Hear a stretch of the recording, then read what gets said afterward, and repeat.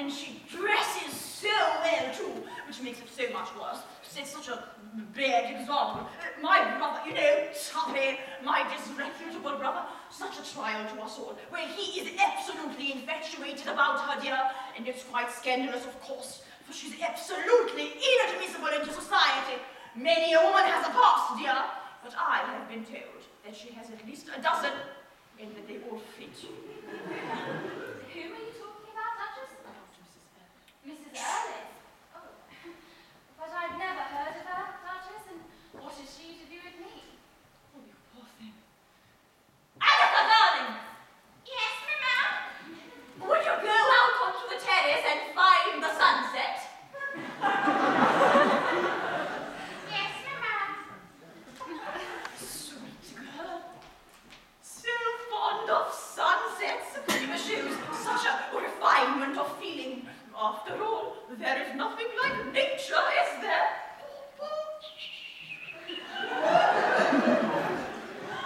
But what is it, Duchess? Why do you talk to me about this person? Don't you really know, dear? I assure you we are so distressed about it. Only last night at dear Lady Jensen's, everyone was saying how dreadful it is that of all the men in London, Windermere should behave in such a way. My husband. What is he to do with any woman of that kind? What indeed, dear? That is entirely the point. He goes to see her continually and stops for hours at a time. And whilst he is there, she is not at home to anyone, dear. Not that many ladies call on her, but she has a good many disreputable men friends. My own brother, in particular, as I told you, which is what makes it so dreadful about poor dear Windermere. We had looked upon him as being such a mortal husband, but there can be no doubt about it, dear. My niece, do you know the Savile girls? Such nice domestic creatures. Plain, dreadfully plain, but so good. They're always at the window doing fancy work and making ugly things for the poor, which I think so useful of them in these dreadful socialistic days. And this woman has taken a house on Curzon Street, right opposite to them.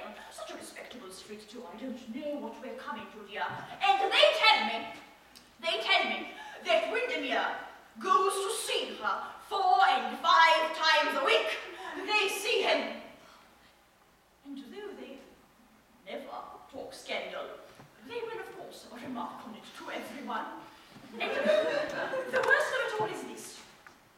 I have been told that this woman has got a great deal of money out of somebody, for it seems she came to London not 6 months ago without anything at all to speak of, and now she has this charming house in Mayfair and rides her ponies in the park every afternoon, and all since she has known